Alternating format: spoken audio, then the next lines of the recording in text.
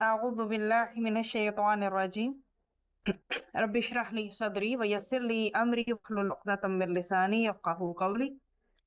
پارہ نمبر 10 وَاعْلَمُوا، اس کا ٹائٹل ہے۔ اس میں پہلے جو ہے آیات آپ کے سامنے سورۃ الانفال کیا، پھر اس کے بعد سورۃ التوبہ شروع ہو جاتی ہے اور اس کی پھر 93 آیات آتی ہیں۔ تو بیسیکلی سٹارٹ کہاں سے ہوا؟ آیا 41 سے کہ مال غنیمت میں 5واں حصہ اللہ اور اس کے رسول یتیموں، مسکینوں اور مسافروں کو دیں، اور باقی 4 حصے ان وہ لوگوں کے ہیں جنہوں نے جنگ حصہ لیا۔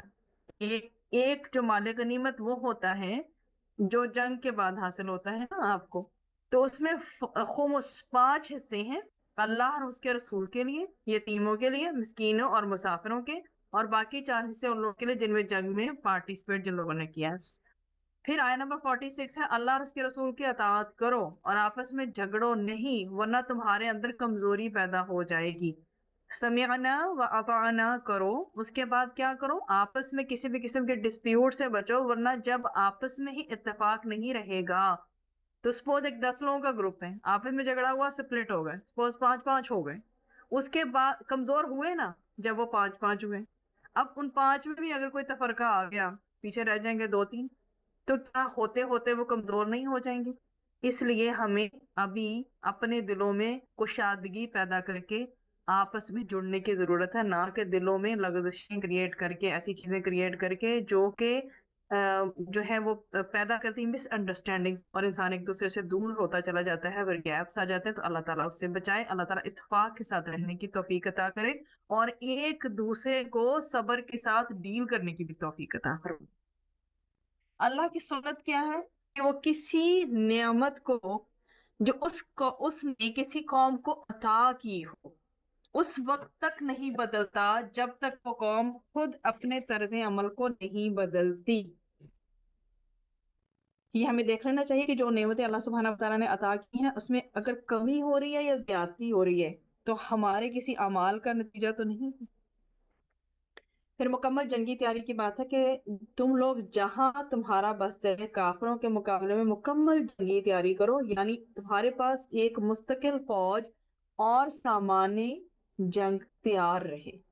پھر دشمن کی مصالحت کی بات ہے، اور اس میں کیا فرمایا گیا ہے کہ اگر دشمن صلح صفائی کی طرف مائل ہوں تو تم بھی اس کے لیے آمادہ ہو جاؤ۔ مطلب کہ اگر وہ چاہتے ہیں کہ لڑائی جھگڑا ختم ہو اور صلح پہ سارا معاملہ ہو جائے، ڈیل ہو جائے، اور جو ہے کہ سارے جھگڑے، فساد اور ہر طرح کا خون خرابہ ختم ہو جائے اور صلح کے ساتھ ایک پرامن ماحول میں رہنے کے لیے راضی ہوں تو تم بھی متفق ہو جاؤ۔ اگر وہ دھوکے کی نیت رکھتے ہیں تو اللہ تمہارے لیے کافی ہے۔ تو اللہ تعالیٰ نے کہاں پہ معاملہ کرنے کا کہا ہے کہ جو ظاہری معاملہ دکھائی دے رہا ہے اس پر چلو۔ اگر کسی کے باطن پر، کسی کے انٹرنل انٹینشنز پر چلو گے تو پھر کیا ہوگا؟ وہ اس کے لیے اللہ سے مدد مانگو۔ سپوز آپ کو لگتا ہے کوئی اگلا بندہ چیٹ کرنا چاہتا ہے، وہ بیسیکلی دو جو فرقے ہیں ان میں جو لڑائی، جو دو گروپس ہیں ان میں جو لڑائی ہو رہی ہے اس کو ختم صرف اس لیے کر رہا ہے کہ وہ کسی جال میں پھنسانا چاہتا ہے، انسان کو دھوکے کی نیت رکھتا ہے، تو اس صورت میں اللہ کافی ہے اور اللہ تعالیٰ بہترین ہے اپنی تدبیر میں لوگوں کی نسبت۔ جہاد کی ترغیب کی پھر آیات ہیں، آیت نمبر 65، اے نبی مومنوں کو جہاد پر ابھارو، تمہارے 20 صابر آدمی 200 کافروں پر غالب رہیں گے۔ کیا کوالٹی یوز کی گئی؟ صابر، صبر کرنے والے کو کہتے ہیں صابر۔ اور اس کو کیا کہا؟ تمہارے just 20 people of you will be enough for 200 naan مسلم۔ تو یہ دیکھ لیں کہ ایک صبر کرنے والا بندہ کتنے بندوں پہ بھاری ہے۔ حقیقی مومن کون ہے؟ جو لوگ ایمان لائے اور جنہوں نے اللہ کی گھر بار چھوڑے اور جد و جہد کی اور جنہوں نے پناہ دی اور مدد کی، وہی سچے اور حقیقی مومن ہیں۔ اگر وقت پڑے کبھی تو ہمیں بھی پھر حقیقی مومن ہونے کا جو ہے نا ثبوت دینا چاہیے، پھر اس کے لیے یہ شرائط اگر ضرورت پڑے زندگی میں۔ خونی رشتے، اللہ کے نزدیک خون کے رشتے دوسرے کے زیادہ حقدار ہیں، یقیناً اللہ ہر چیز کو جانتا ہے۔ پھر سورۃ توبہ شروع ہو جاتی ہے، اللہ فرماتا ہے کہ اعلان دست برداری ہے اللہ اور اس کے رسول کی طرف سے ان مشرکین کو جن سے تم نے معاہدہ کیا ہے، یہ اعلان 9 ہجری کو ہوا اور ان کو 4 مہینے کی مہلت دی گئی کہ یا اسلام قبول کر لیں یا لڑائی کے لیے تیار ہو جائیں یا ملک چھوڑ جائیں۔ پھر مشرکین کو قتل کرنے کے حوالے سے کہ جب یہ 4 مہینے گزر جائیں تو مشرکین کو جہاں پاؤ انہیں پکڑو، قتل کرو، پھر اگر وہ توبہ کر لیں، نماز قائم کریں تو انہیں چھوڑ دو۔ پھر آیہ نمبر 17 اور 18 میں کیا ہے؟ اللہ کی مسجدیں جو ہیں، خانہ کعبہ جو کہ مکہ میں ہے اور مسجد حرام، دونوں کو حرمین بولا جاتا ہے، مسجد نبوی کو بھی اور مسجد حرم کو بھی، ٹھیک ہے، کہ مجاور اور خادم وہی ہو سکتے ہیں جو اللہ اور روز آخر کو مانیں، نماز قائم کریں اور زکوٰۃ دیں۔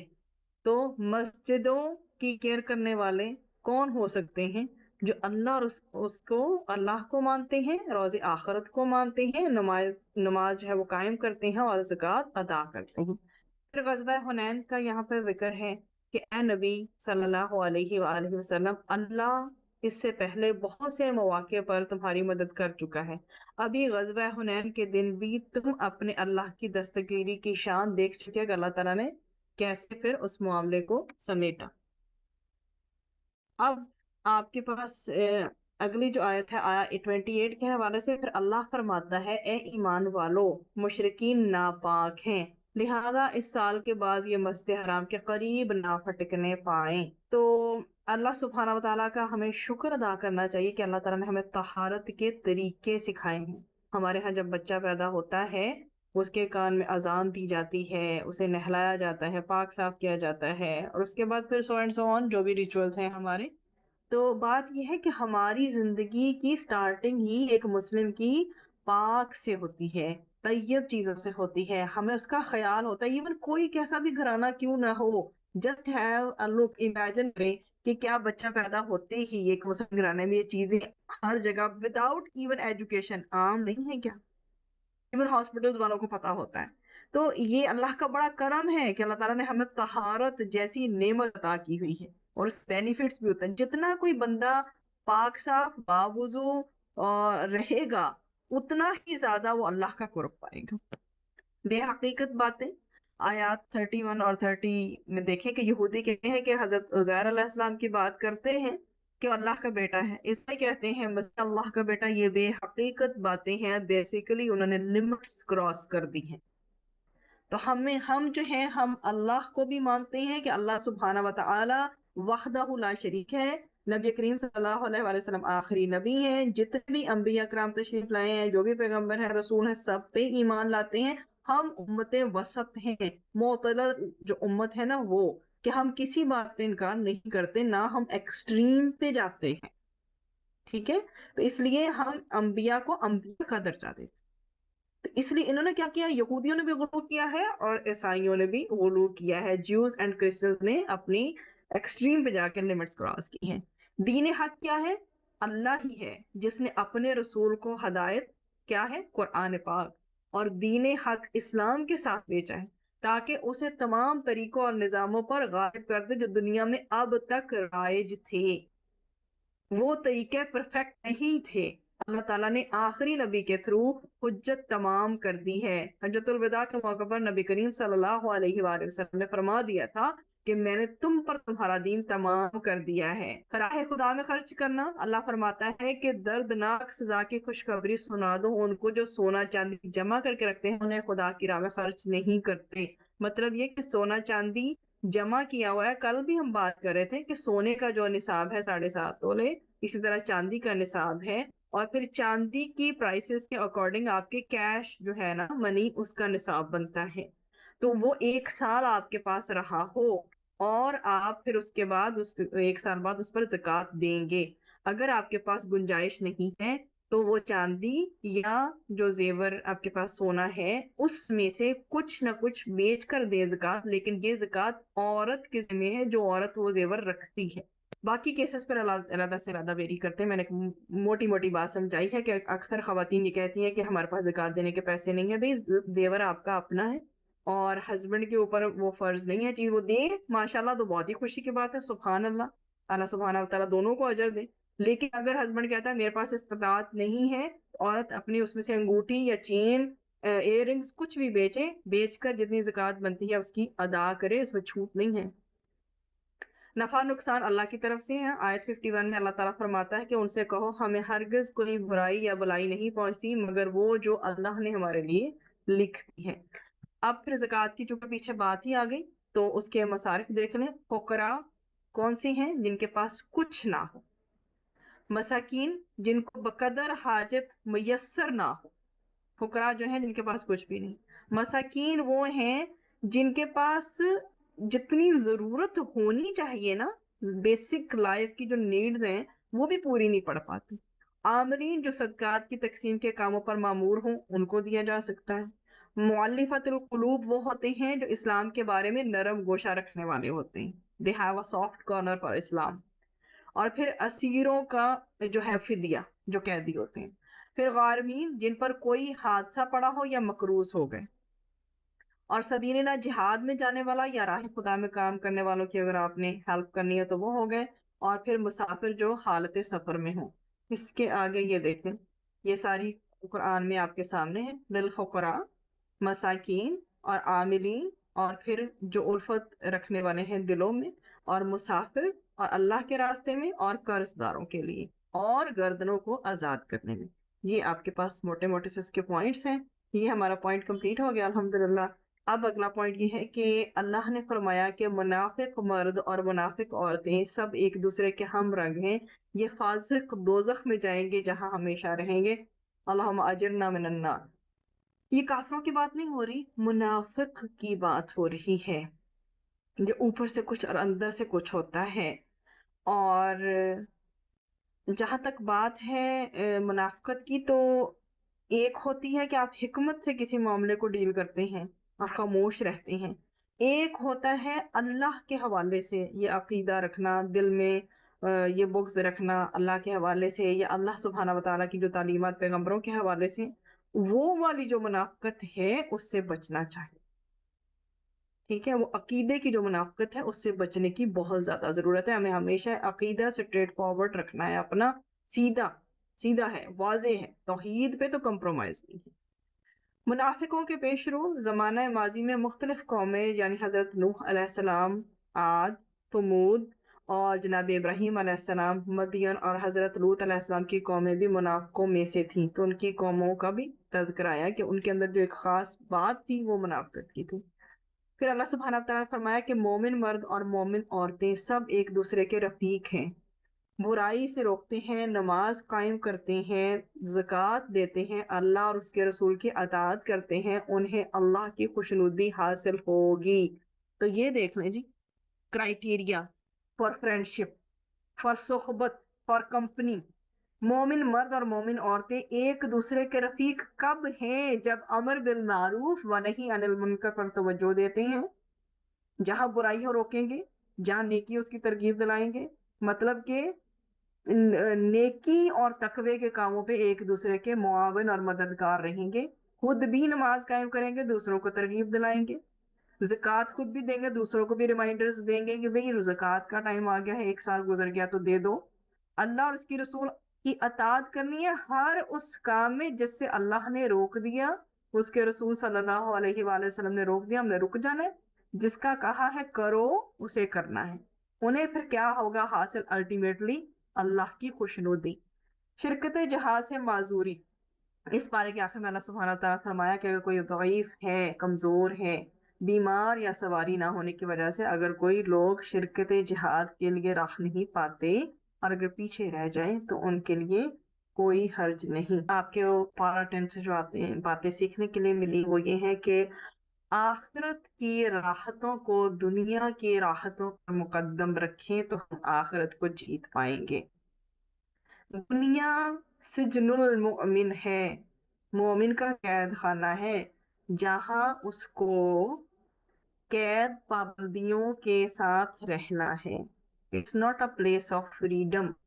This دنیا is دار العمل، عمل کی جگہ ہے، اور آخرت ہے دار الجزا، جہاں پر ہمیں ملے گی اپنے کیے ہوئے اعمال کی جزا. اور اللہ سبحانہ وتعالیٰ وہ جزا ہمیں اچھی خیر والی ہی عطا فرمائے. جزا اکیلی کچھ نہیں ہوتی، جزا یا تو خیر والی ہوتی ہے یا شر والی ہوتی ہے. جزا is یو کین سے کہ جزا کیا چیز ہے، آپ کو کسی چیز کا کیا بدلہ ملے گا. اب وہ بدلہ خیر والا ہوگا اگر دنیا کی راحتوں کو چھوڑ کے، کمفرٹ زون کو چھوڑ کے آخرت کے لیے ایفرٹ کریں گے.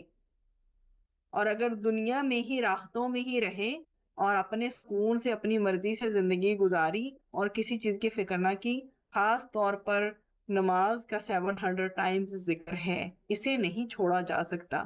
اللہ سبحانہ و تعالیٰ نے فرمایا، اپنے نبی کے تھرو ہمیں تعلیمات دی. کیا تعلیمات دی ہیں؟ کہ نماز اگر تمہارے لیے مشکل ہے پڑھنے، کھڑے ہو کے نہیں پڑھ سکتے، قیام نہیں کر سکتے، مشکل ہے، کوئی عذر ہے، کوئی بیماری ہے، کوئی وجہ ہے، بیٹھ کے پڑھو.